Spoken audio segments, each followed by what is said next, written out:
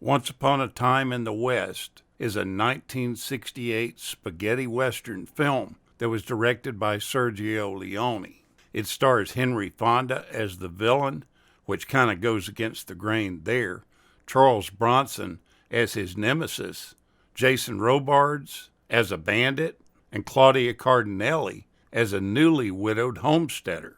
After directing The Good, the Bad, and the Ugly, Leone was planning on retiring from doing westerns. He had his sights set on doing a film that was based on the book called The Hoods, which eventually became Once Upon a Time in America.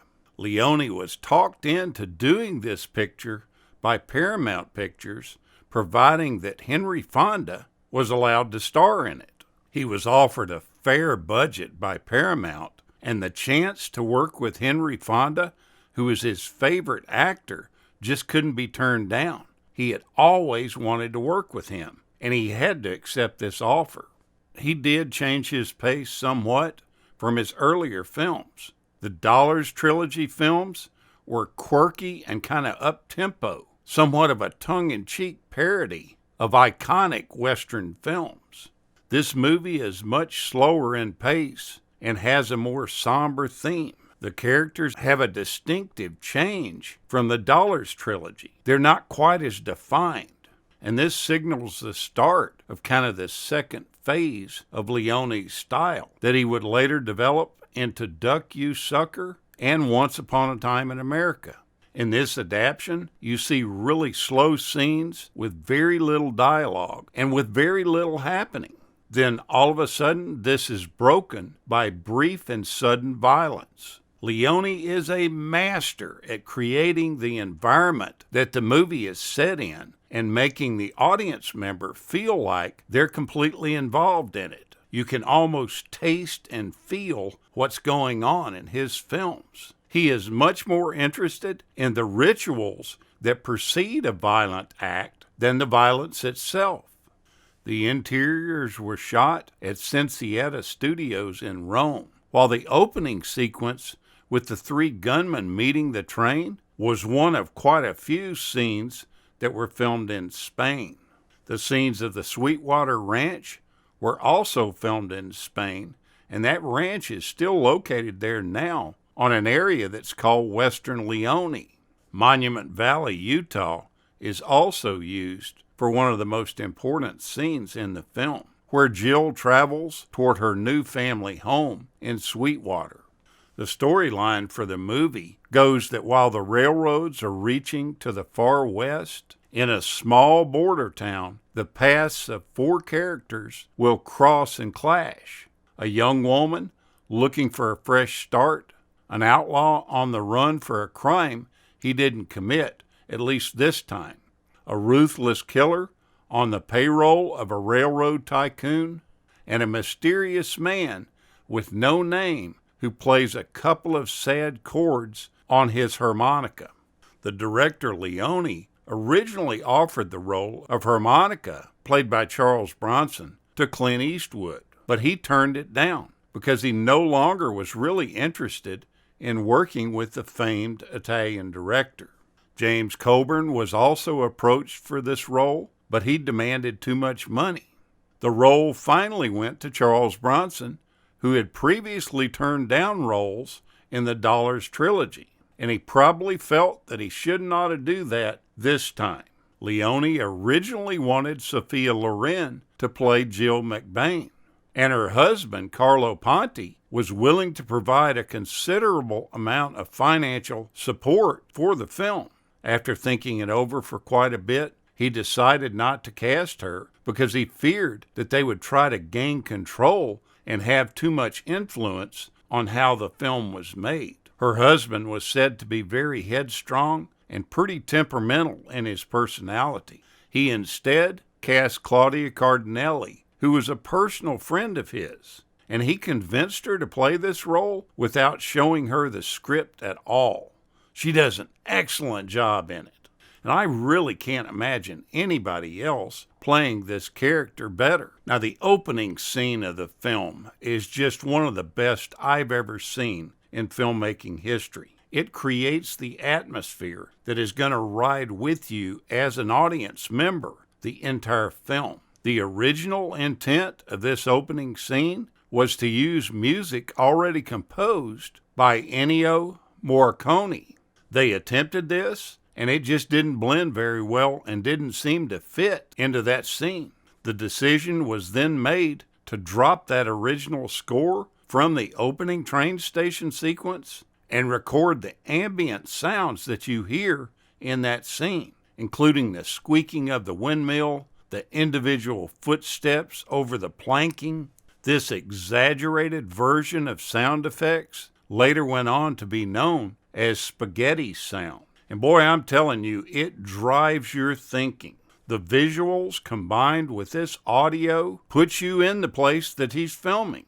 The director made many references to films that influenced him over his career. Some were quite obvious, like The Three Men Waiting on the Train, as in High Noon from 1952, and some were a little more subtle, like the choice of Woody Strode's sawed-off Winchester rifle, very similar to the weapon that Steve McQueen carried in Wanted Dead or Alive from 1958. McQueen often referred to this unique weapon as a mare's leg. Also in the opening scene, where you see Stoney, played by Woody Strode, under the water tank, the water kept dripping on the brim of his hat, causing him to flinch, and this in turn would make the director stop filming. His initial thought was to move Strode out of this location, but at the actor's suggestion, he kept him in the same spot. Strode wanted his character to be viewed as so cool as to not let dripping water affect him at all. On the spur of the moment, Leone had Strode take off his hat and drink the water that had collected on top of it. Now, there's one real tragic incident that happened during the filming.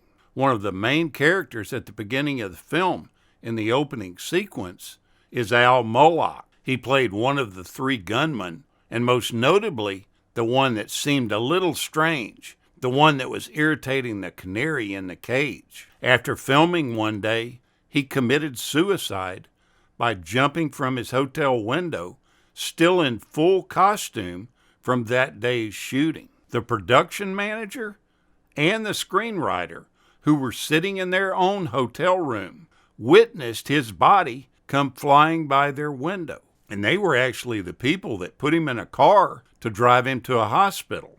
You see, he was still alive after the fall, but he passed away en route to medical care. The odd thing about it is that Sergio Leone seemed very coarse and not very understanding of this incident. The main thing he was concerned with is he wanted to get the costume back that he had on his body, and he made it a point to tell the production manager to make sure he did this. Nobody really knows what caused this to happen or why he was so despondent. There's talk that he had a drug habit and that he was not able to get his daily dose of drugs while he was shooting the film.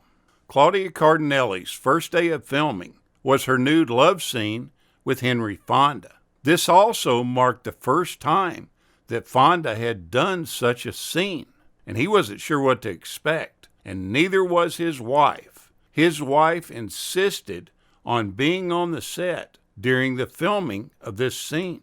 Now, Henry Fonda was a great actor, but he was a strange guy. He was a loner, and he wasn't a very good husband or father either. During the time that he was married to Frances Brokaw, he was extremely unhappy in that marriage. He carried on a long-term affair with society girl Susan Blanchard. She was a hot young thing that was 2 decades younger than him. After 13 years of marriage and being miserable, they had 2 kids together, and he decided to approach his wife and tell her that he wanted to be divorced from her. The reason he gave her was that he admitted that he was in love with his mistress Susan. His poor wife's reaction was beyond tragic. Less than 6 months later, she was so distraught about the end of the marriage and her husband's infidelity that she checked herself in to a psychiatric hospital for treatment for depression.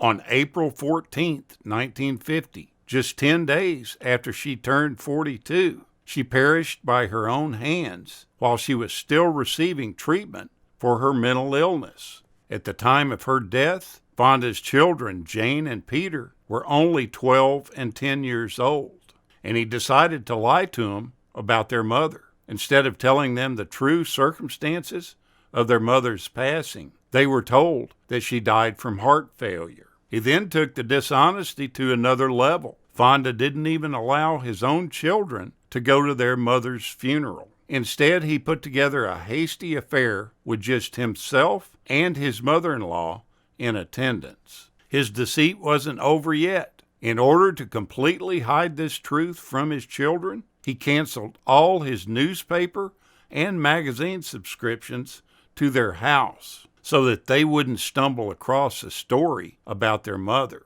Despite all his efforts, young Jane found out about her mother's tragic end while looking through a magazine while she was in study hall. Upon Henry Fonda's death, he had completely written these two children out of his will. If you have never seen Once Upon a Time, or if you haven't seen it lately, watch it again. It's always an amazing journey to let Sergio Leone guide your thinking. Thank you so much for watching, and we'll continue to chase the classics.